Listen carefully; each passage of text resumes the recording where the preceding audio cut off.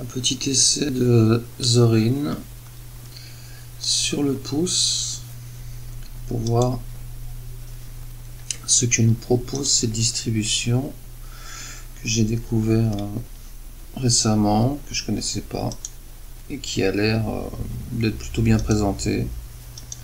Encore une de ces distributions qui permet d'accéder à Linux très facilement sans avoir à passer par le terminal comme on le dit toujours, ou sans avoir à ouvrir des livres. C'est vraiment très basique, hein, voilà. Ça se présente comme un bureau. Voilà, on va changer les paramètres, on va revenir à la configuration de base, ce qui nous permettra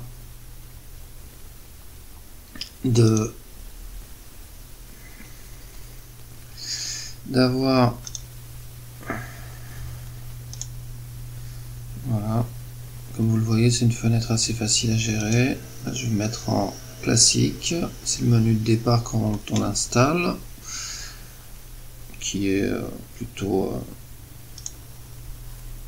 ressemblant à ce qui se fait dans le monde Windows, peu importe. Voilà, ça ressemble à ça, c'est assez simple. On a les outils système. Voilà, Windows fait à peu près la même chose. C'est très repris de toute façon. Voilà. Ce qui est bien, c'est que c'est rangé par sujet, infographie, bureautique, jeu. Voilà. Et après, vous avez les dossiers personnels, documents, téléchargement, comment dire, la Logitech, les paramètres, la vue d'ensemble. La vue d'ensemble qui est une vue en fait sur les bureaux qui sont en cours avec les logiciels qui sont lancés. Par exemple, si j'avais, on va prendre des logiciels très rapides à démarrer, par exemple celui-ci. Je ne connais pas, mais c'est pas très grave. Donc là, on est sur un portable de puissance moyenne, mais un petit notebook. Voilà. On a l'internet, on a voilà. Donc ce programme là, si je me mets en vue d'ensemble, voilà. Et là, je peux aller sur un autre bureau, faire autre chose. Venir à ma vue d'ensemble. Il doit y avoir moyen d'y arriver plus simplement, mais enfin voilà, c'est une manière de construire plusieurs bureaux. Voilà. Après, dans les apparences, on peut choisir, comme c'est une distribution qui est basée sur Ubuntu, on peut choisir évidemment de passer à celle-ci qui est la réplique en fait de ce qu'on trouve sur Ubuntu. Voilà. Tous ceux qui utilisent Ubuntu en ce moment la reconnaîtront. Permet d'avoir les programmes par voilà. Et puis après les plus utilisés, de telle manière à toujours avoir accès à ceux qu'on utilise régulièrement. Donc ça c'est une autre manière de présenter, enfin de mettre en place son interface. Voilà. Sinon on a pas mal, bon, on va pas rentrer dans toutes les modifications possibles de thème, c'est pas la peine. En gros, ça se présente plutôt bien, c'est propre.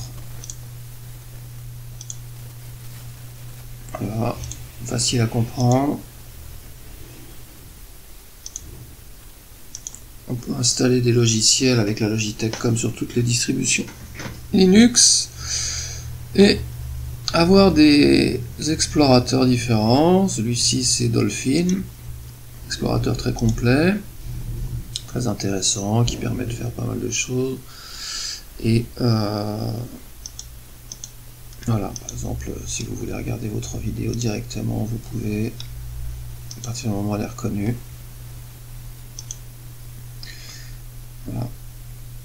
Ce qui est intéressant. Et puis, enfin voilà, il y a pas mal de choses dans cet explorateur qui sont très intéressantes.